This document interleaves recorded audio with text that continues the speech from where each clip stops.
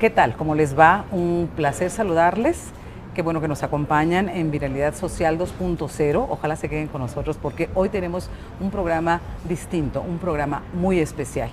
Primero, porque estamos transmitiendo en domingo 5 de la tarde. Segunda, porque hoy no tenemos temas en el viralómetro. Y tercera, porque justamente porque no tenemos temas, porque tenemos una entrevista que seguramente será de su interés.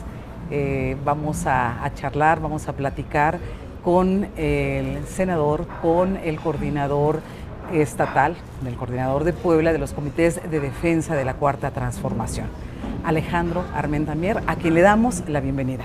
¿Qué tal, Alejandro? Qué gusto. Gracias Leti por esta oportunidad, Álvaro, gracias desde luego por la cercanía, Fernando, Pepe.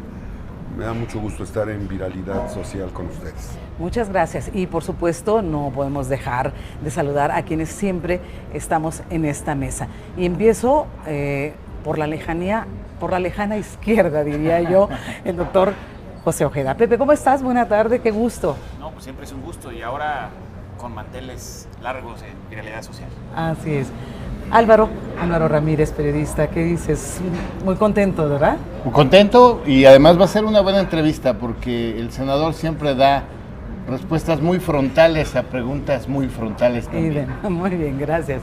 Fernando Maldonado, ¿cómo estás? Leti, qué gusto. senador, buena tarde. Bienvenido a esta tu casa. Gracias. Álvaro, Pepe, pues ya estamos listos. Preparados. Ya estamos listos. Como siempre, desde Vámonos. que nacimos, afortunadamente. Y bueno, ¿te parece si empezamos, Álvaro, con las preguntas y todo esto que va a ir saliendo y que ojalá se convierta en una sabrosa plática, Alejandro Armenta? Yo estoy seguro que sí, con ustedes que le dan sentido, magia siempre a la conducción. Gracias. Bien, pues la primera, ha pasado más de una semana de aquel 10 de noviembre.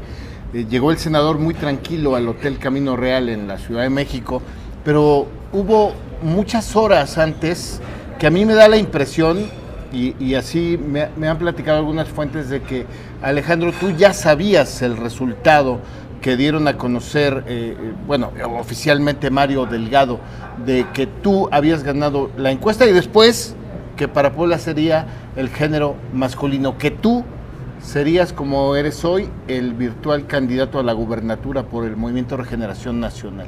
¿Cómo se vivieron esos días, esas horas? Es muy importante la pregunta, Álvaro, que haces. Tanto como saber el resultado de la encuesta oficial, no la sabía. Lo que sí tenía claro, porque todo este tiempo me he dedicado a caminar, nuestro presidente Andrés Manuel, líder moral de Morena, desde el año pasado, a mediados, en diferentes momentos que nos reunimos con él, nos decía: ¿alguien tiene alguna aspiración? Pónganse a caminar. Y yo lo vengo haciendo desde hace 34 años. Empecé mi vida pública en 1990.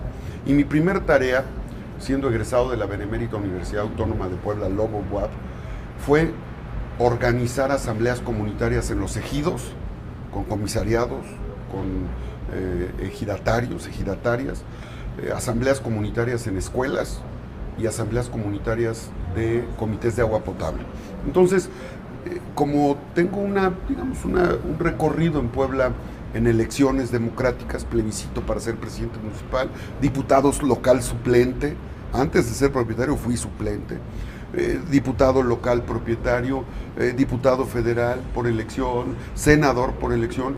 Eso implica caminar, estar con los ciudadanos, regresar, escuchar.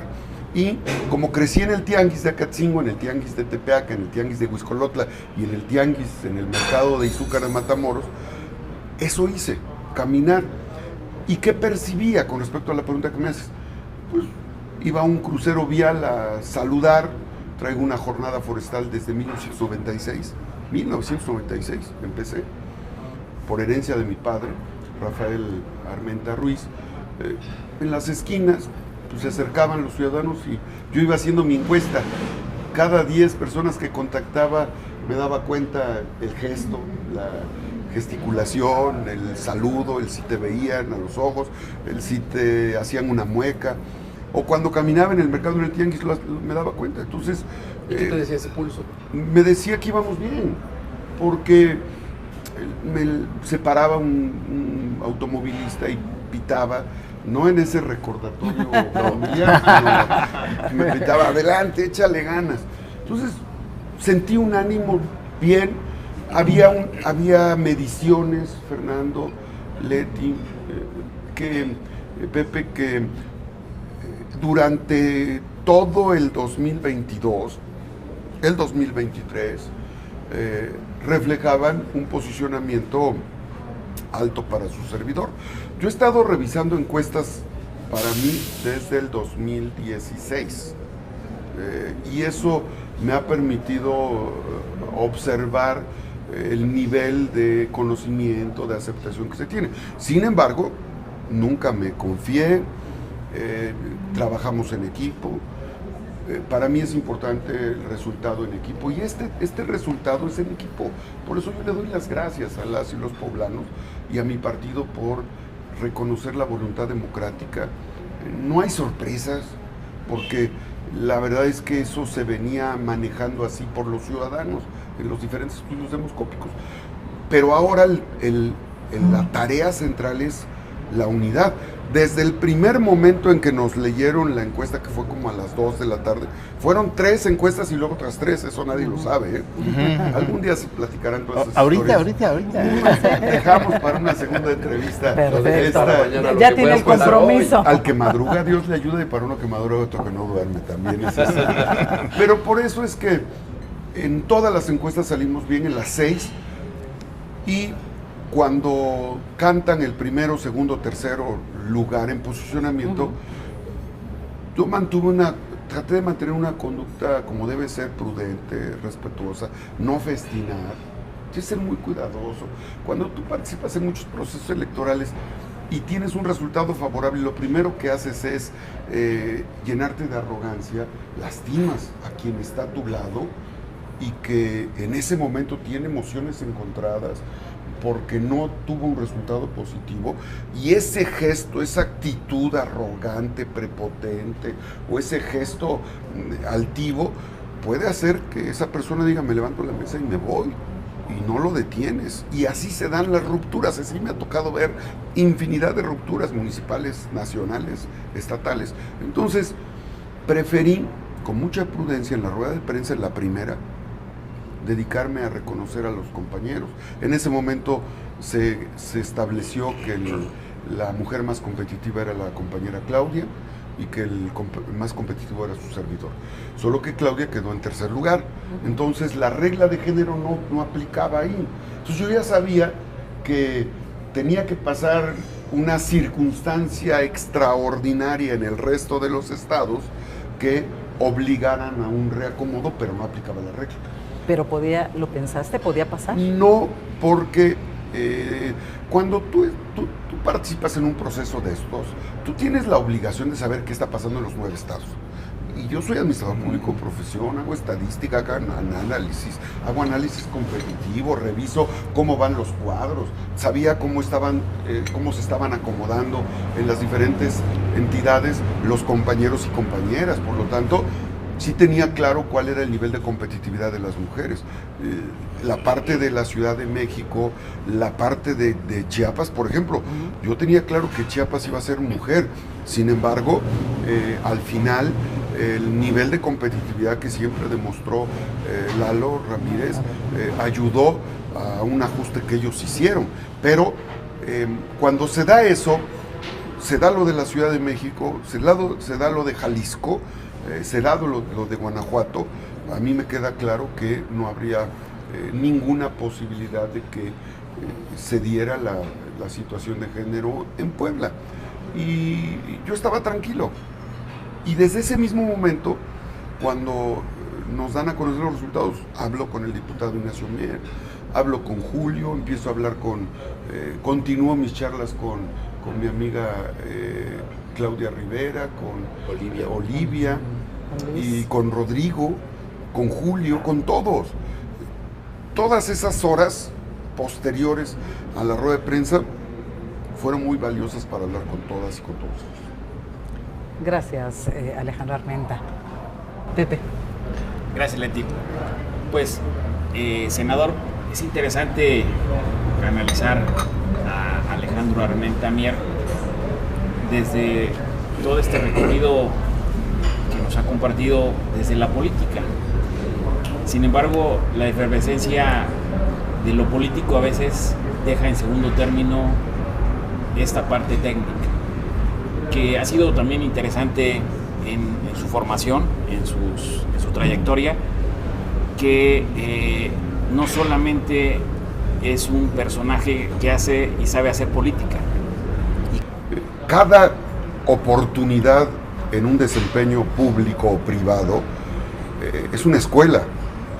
A los 21 años fui presidente municipal, imagínense lo que representó emocionalmente para mí esa transición, pero llegar al Senado de la República, presidir la Comisión de Hacienda, que fue para mí una primera gran oportunidad, y luego presidir la mesa directiva, presidir el Senado, fue una escuela, porque ahí no había margen de error. Si como presidente del Senado no ponían a prueba mi liderazgo emocional, se hubieran cometido muchos errores.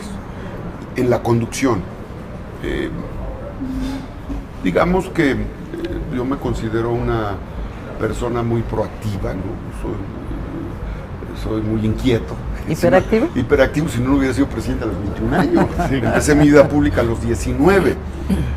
Y en el Senado, pues hoy tengo 54 años, claro, eso te ayuda mucho, la edad, la madurez que vas adquiriendo, la formación profesional, muchas heridas en el cuerpo que hay que ir cuidando. Pero llegar a la presidencia del Senado es la máxima responsabilidad que un profesional del poder legislativo, que un legislador de carrera puede tener.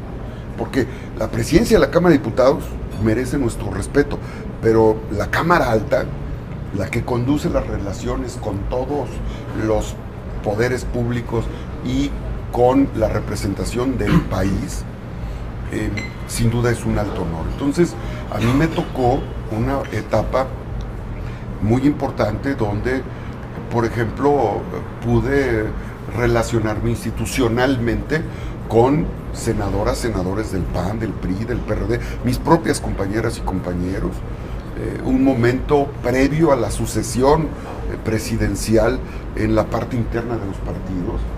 Pues era un momento álgido, complejo.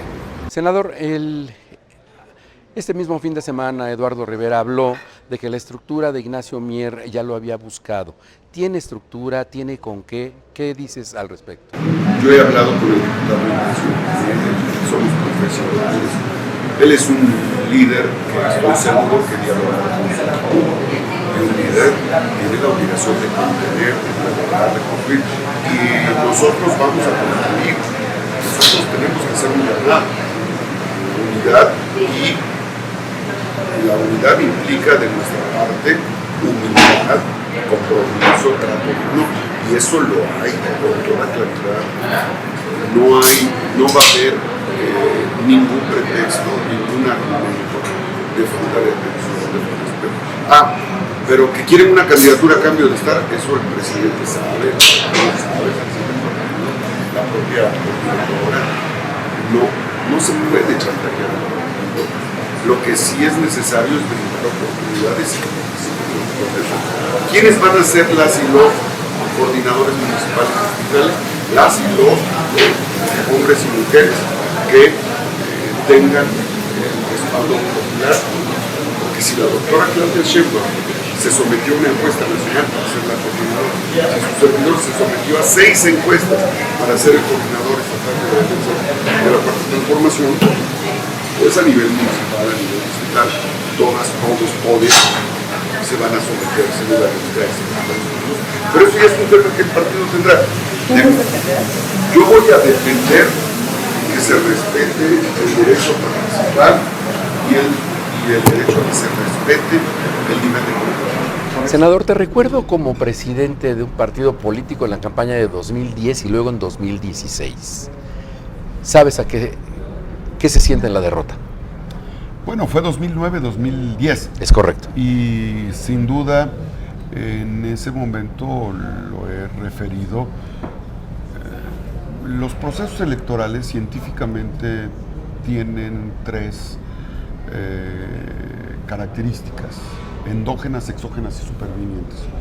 Cualquier modelo electoral te marca que los factores internos, los factores externos y los factores supervinientes, imperceptibles, te reflejan un resultado. Y que los que encabezan una candidatura tienen el 60% de la carga y el 40% los factores de organización, partido y contexto.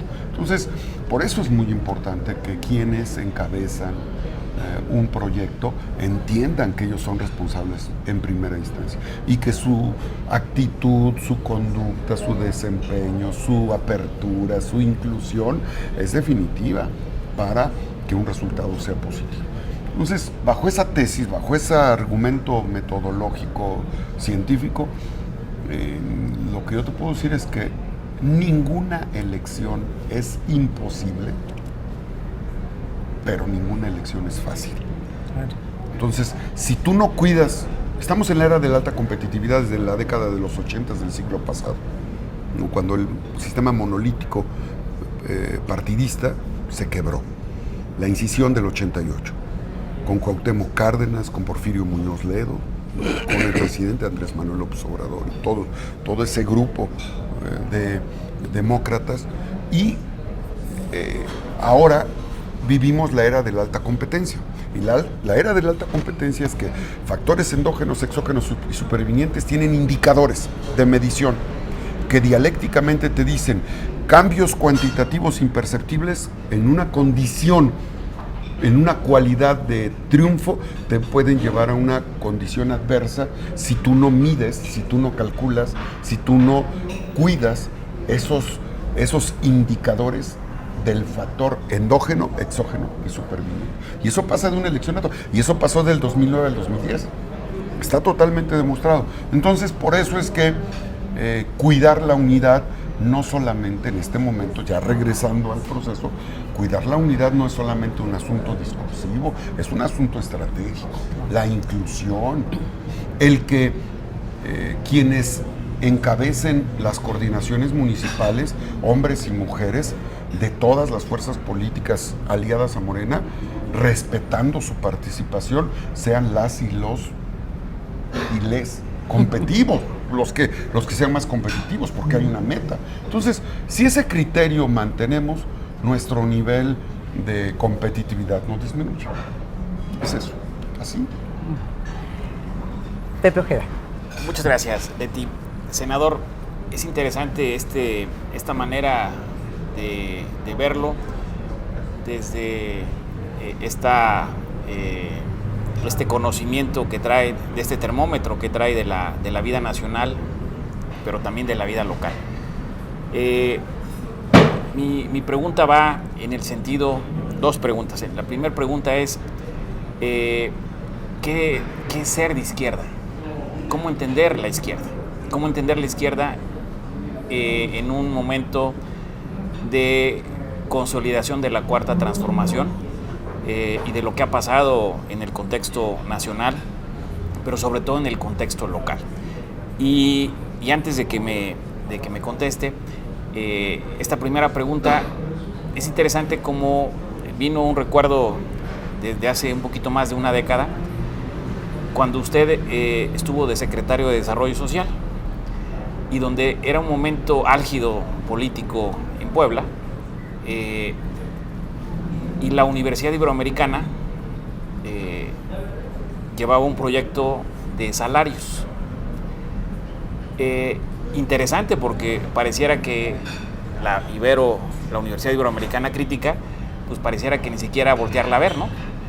Pero usted, de una manera interesante, apoyó un proyecto, y apoyó este proyecto, y este proyecto que estaba en sus orígenes, posteriormente, un proyecto muy grande a nivel nacional, a nivel América Latina, y que después se convirtió, o lo retomó el presidente con todo este tema de los salarios. Y regreso otra vez a la pregunta, ¿qué es ser de izquierda? ¿Cómo se vive la izquierda? Qué buena pregunta, porque Yo estoy formado en la administración pública. La Benemérita Universidad Autónoma de Puebla ha tenido fases. A mí me formaron maestros investigadores que salieron de la Revolución Chilena. A mí me formaron maestros investigadores que salieron de la Universidad Nicaragüense, salvadoreña. Y eso para mí tiene un impacto.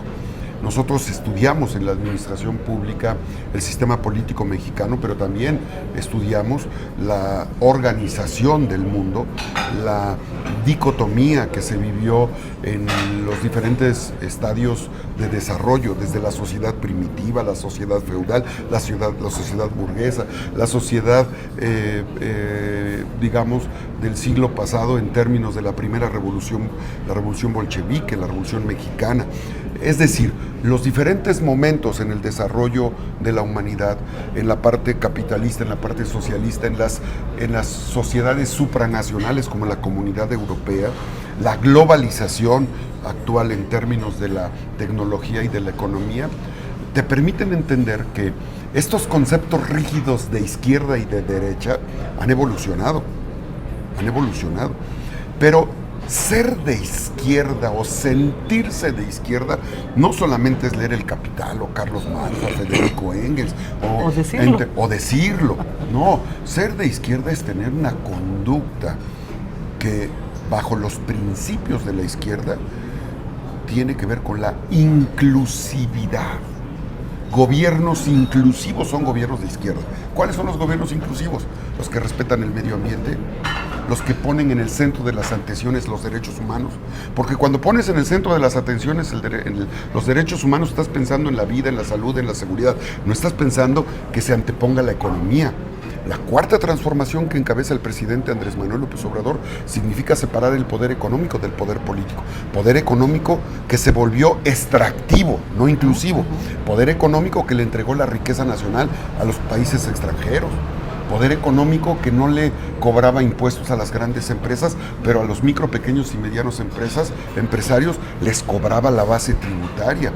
Entonces, que entregó y desmanteló la soberanía energética. Por lo tanto, ser de izquierda, pensar como izquierda, significa que en la práctica hagas patria. Para mí ser de izquierda es amar a la patria.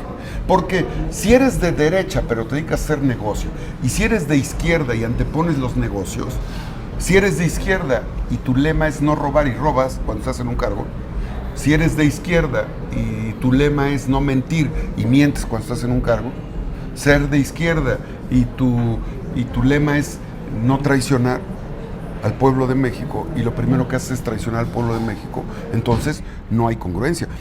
Eso lo dice todos los días el presidente de la República. Honrar los valores y principios de la Cuarta Transformación, una postura de izquierda significa que en los actos no robas, no traicionas, no mientes. Entonces, pensarse de izquierda significa eso. Provengo de una universidad popular, de una universidad nacionalista.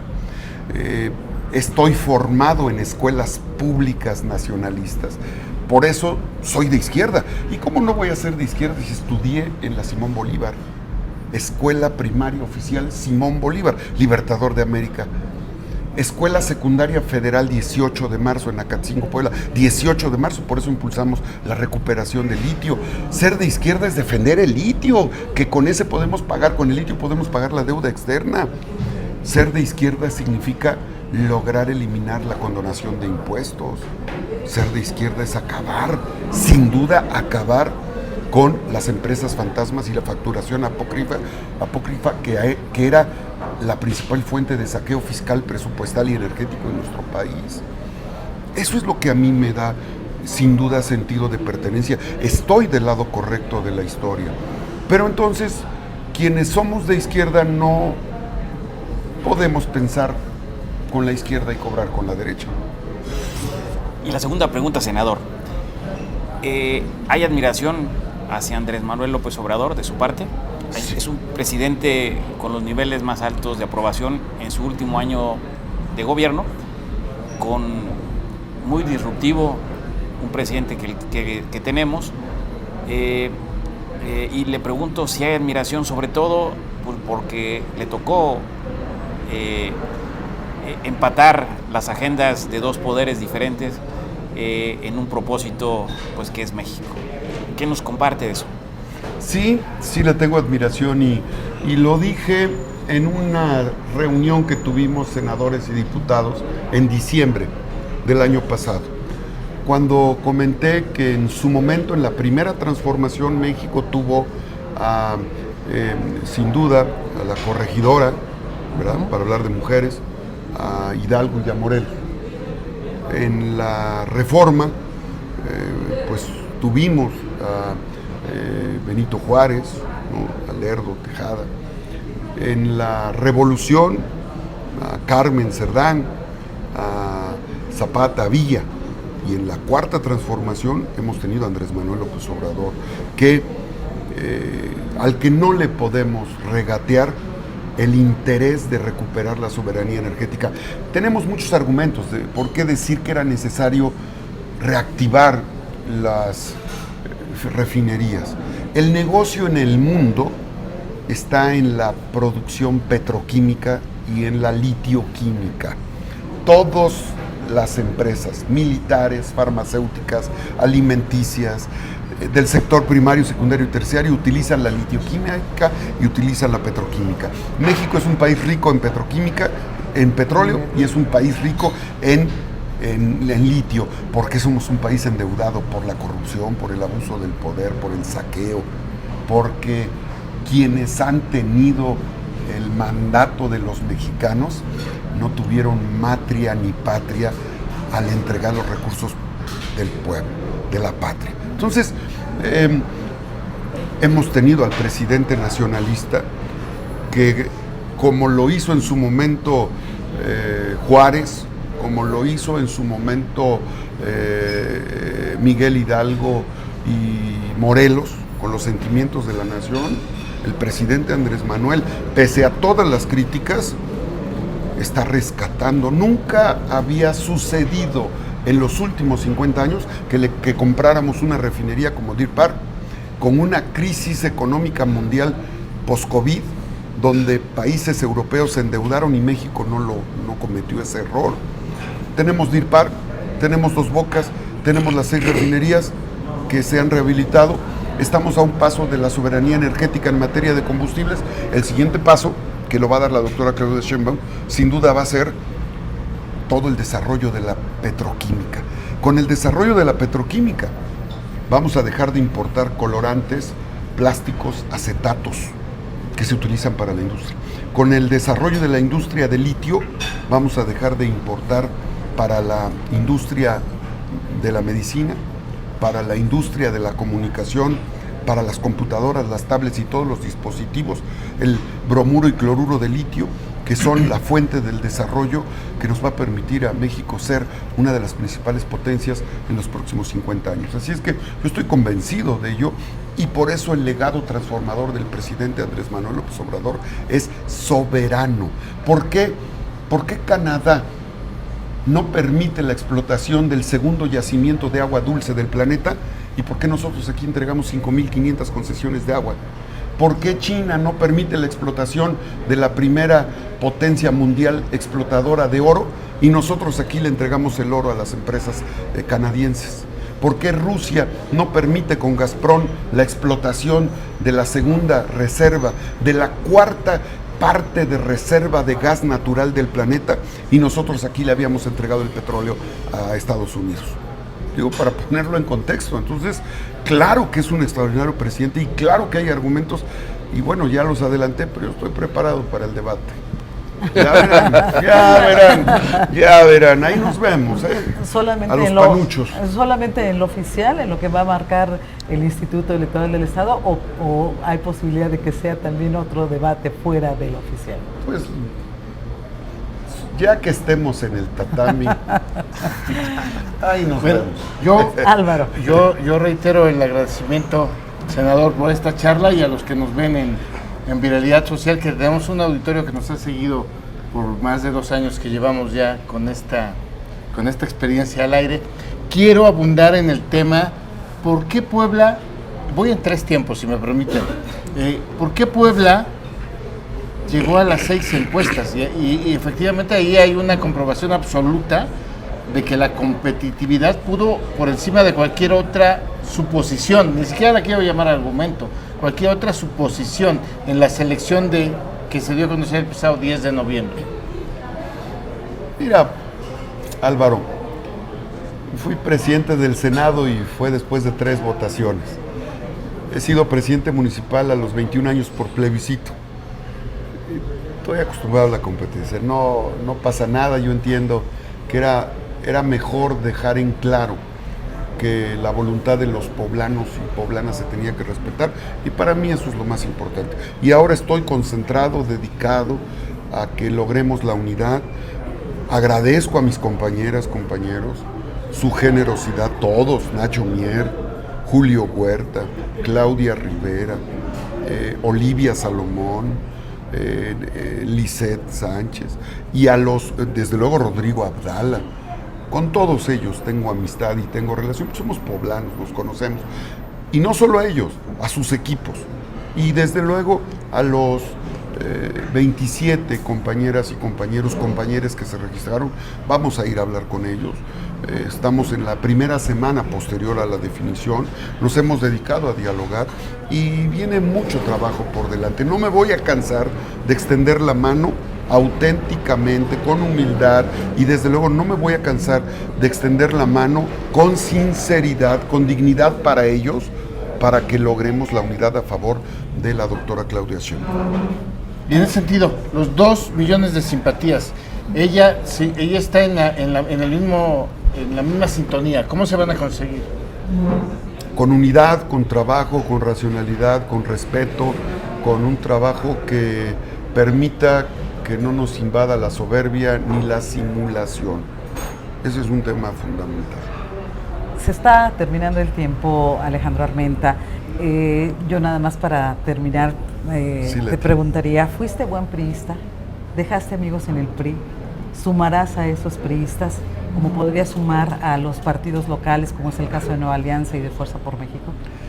Siempre he aspirado a ser una persona justa. Soy una persona que cree en la patria, amo a Puebla, y donde he estado he puesto mi mejor empeño, ser útil, ser acomedido y ser agradecido. Y donde esté, así lo voy a hacer. Cargo público, responsabilidad, es mi obligación, y por eso le hago un llamado, no solo a los militantes de Morena, del PT y del Verde, le hago un llamado a los militantes del PRI para que vengan al lado correcto de la historia sin renunciar a su partido.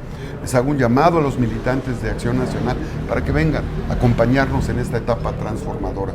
Le hago un llamado a los militantes simpatizantes del PRD para que hagamos juntos una nueva etapa en la historia de México y su izquierda. Y hago un llamado a todas las fuerzas políticas locales en Puebla para que soñemos con la grandeza que hay en Puebla, y que todos los días el Ixtapopo nos recuerda la Malincia, el Citlaltépetl y la Sierra Negra, que son las montañas más grandes de México en Puebla. Así es que el llamado es a todos, como lo hizo el presidente Andrés Manuel López Obrador en el 2017 y como lo hizo la doctora Claudia Sheinbaum, y lo está haciendo todos los días. ¿¿Has mentido alguna vez? No miento políticamente, ni hago mentiras piadosas. Yo soy una persona frontal. Lo que no me gusta lo digo, y prefiero encarar, prefiero decir las cosas como son, y a veces eso te lleva a molesta, ¿no? Ni tampoco me gusta que me mientan. Es un asunto de franqueza, de honestidad, y eso implica todos los días decirnos la verdad. Por eso la campaña en su momento va a ser la campaña de la verdad, la pre-campaña de la verdad y la campaña de la verdad. Sí, va a ser uno de los lemas, porque con la verdad se logra la confianza. Muchas gracias, senador Alejandro Armenta, ya el coordinador de los comités de defensa de la Cuarta Transformación aquí en Puebla. Ojalá que se pueda repetir no muy lejano en tiempo una nueva entrevista, porque creo que tenemos muchas cosas y se nos quedan muchas cosas en el tintero. Gracias, Leti, Álvaro, gracias por la oportunidad, Pepe, Fernando, gracias a todos, a tu audiencia, a la audiencia de ustedes por este espacio. Nos despedimos, Fer. Gracias, Pepe, Álvaro, Leti, senador, gracias a todos. Esperamos sus comentarios y hasta la próxima.